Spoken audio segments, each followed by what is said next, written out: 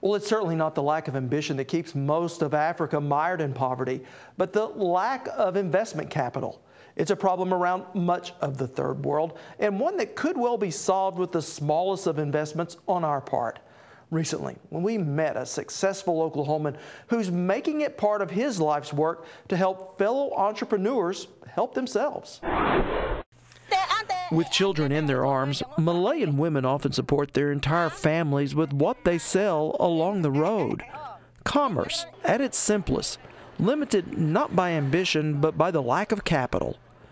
Back in Oklahoma, Phil Smith is one of a growing number of Americans hoping to help those in poorer nations. But the entrepreneur turned philanthropist is not giving money away. Smith is lending it through a process called microcredit. Microcredit in its simplest form is simply making small loans to people to help them either start or improve their businesses. So with a small loan, they can improve their businesses, make an increase in their incomes, and really change their lives. Smith is the author of A Billion Bootstraps, a best-selling book about microcredit lending.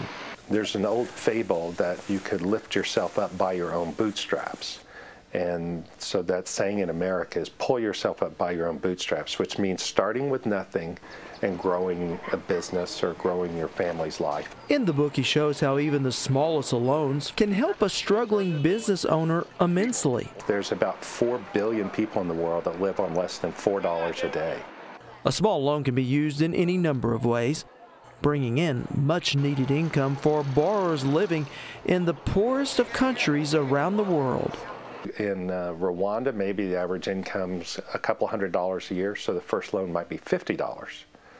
And that's why microcredit works much better the poorer the country, because for the same amount of money you can make many more loans and affect people's lives at the same level.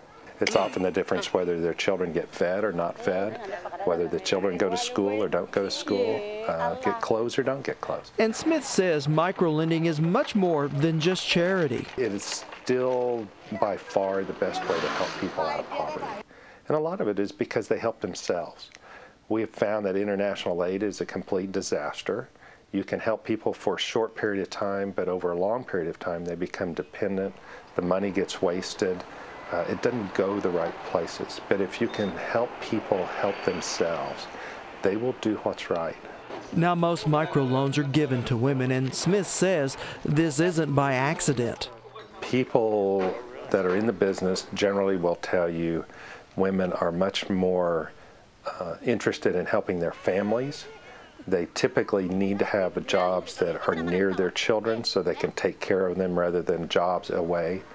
Giving entrepreneurs from all over the world a real way to pull themselves up by their bootstraps.